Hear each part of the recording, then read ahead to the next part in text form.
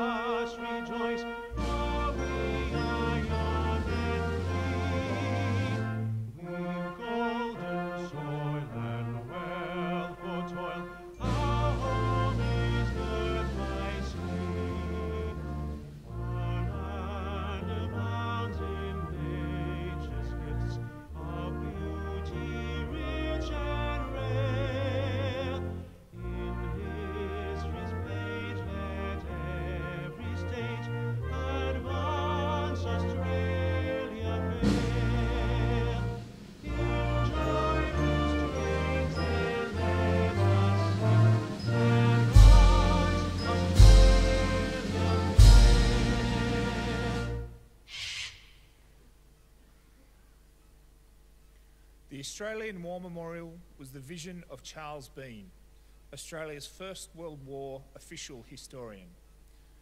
Bean landed with the Australian troops on Gallipoli and stayed with them at the front through to the end of the war. The idea of this national memorial and museum came to him at Pozières, France, in the depths of the bloody fighting of 1916. Bean's idea was that this would be a place where families and friends could mourn loved ones buried in faraway places. It would also be a place that could help all Australians understand what these men and women had endured and what they had done for us. Bean's vision, to which we remain true, is best expressed as inscribed in the entrance to the memorial's galleries. Here is their spirit, in the heart of the land they loved. And here we guard the record which they themselves made. Tonight we'll read the story behind just one of those on the Roll of Honour, which lists the names of more than 102,000 men and women who have given their lives for us in war and operations for more than a century. But first we present a lament, Flowers of the Forest. Wreaths and floral tributes will now be laid at the base of the pool of reflection.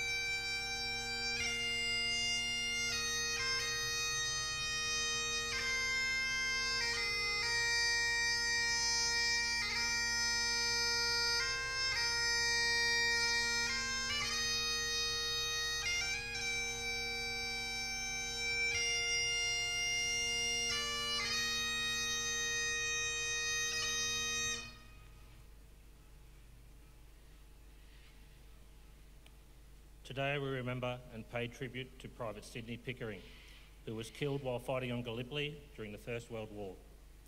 Sydney Albert Pickering was born in 1895 and was one of 12 children of Alfred and Ellen Pickering of Stawell in Victoria's Illawarra region.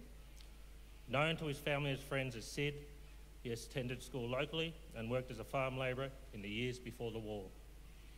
He enlisted in the Australian Imperial Force in Melbourne in October 1914, and after a period of training at Broadmeadows Camp, embarked for Egypt with a reinforcement group for the 5th Battalion.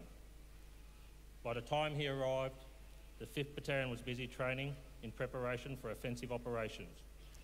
It formed part of the Australian and New Zealand force that was drawn into Allied plans to force a passage through the Dardanelles to knock Ottoman Turkey out of the war.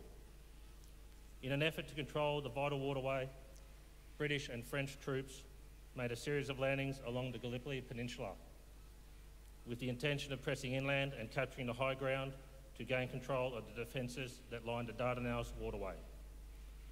Pickering landed at Anzac Cove on the 25th of April 1915, forming part of the second wave attack that came ashore at North Beach around 6 a.m. The battalion pushed inland into the steep, precipitous terrain to reinforce troops of the 1st Brigade in the area that became known as 400 Plateau.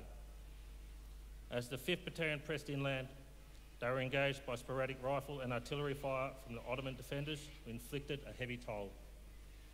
Such was the confused nature of the fighting in those first days on Gallipoli that the dead and wounded simply disappeared into the steep gullies and ravines of the heights above Anzac Cove. Sydney Pickering was listed as missing in the days following the landing. His mother wrote to the Defence Department trying to determine the whereabouts of her missing son, but there was no further news until returned soldiers told Pickering's family that he had been seen wounded on Anzac Cove, ready to be evacuated for further medical treatment. As the authorities had no record that he had been admitted to hospital, the report could not be verified. It was not until October 1916, after the Australians had withdrawn from Gallipoli and were in the midst of fighting on the Western Front, that a court of inquiry determined that Sydney Pickering had been killed in action at the Gallipoli landing on the 25th of April 1915. Aged 20 at the time of his death, his body was never recovered from the Gallipoli battlefield. Today, his name is listed on the Lone Pine Memorial, along with 5,000 Australian and New Zealand soldiers killed on Gallipoli who have no known grave. His name also appears on the Roll of Honour on my right, among almost 62,000 Australians who died while serving in the First World War. His is but one of the many stories of service and sacrifice told here at the Australian War Memorial. We now remember Private Sydney Albert Pickering, who gave his life for us, for our freedoms, and in the hope of a better world.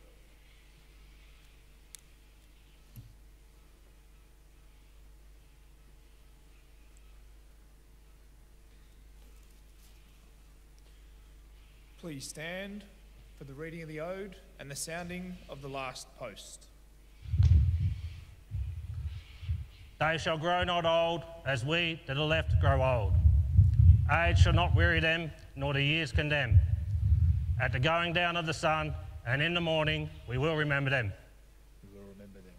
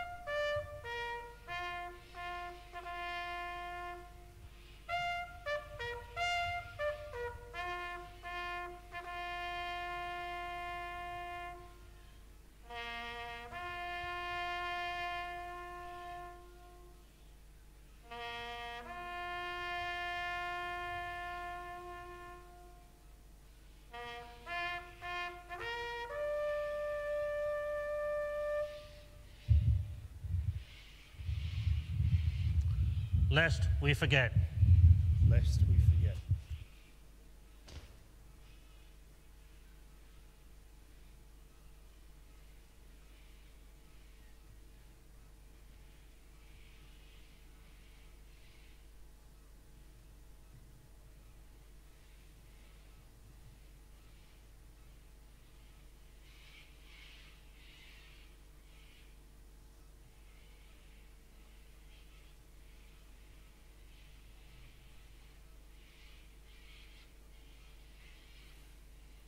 We leave you this evening with the words of the memorial's founder, Charles Bean.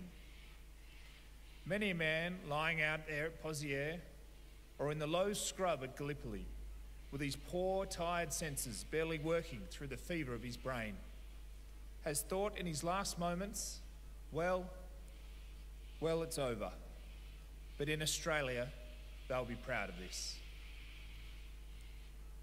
Ladies and gentlemen, girls and boys, that concludes the last post ceremony. We thank you for visiting the Australian War Memorial and wish you all a very good evening.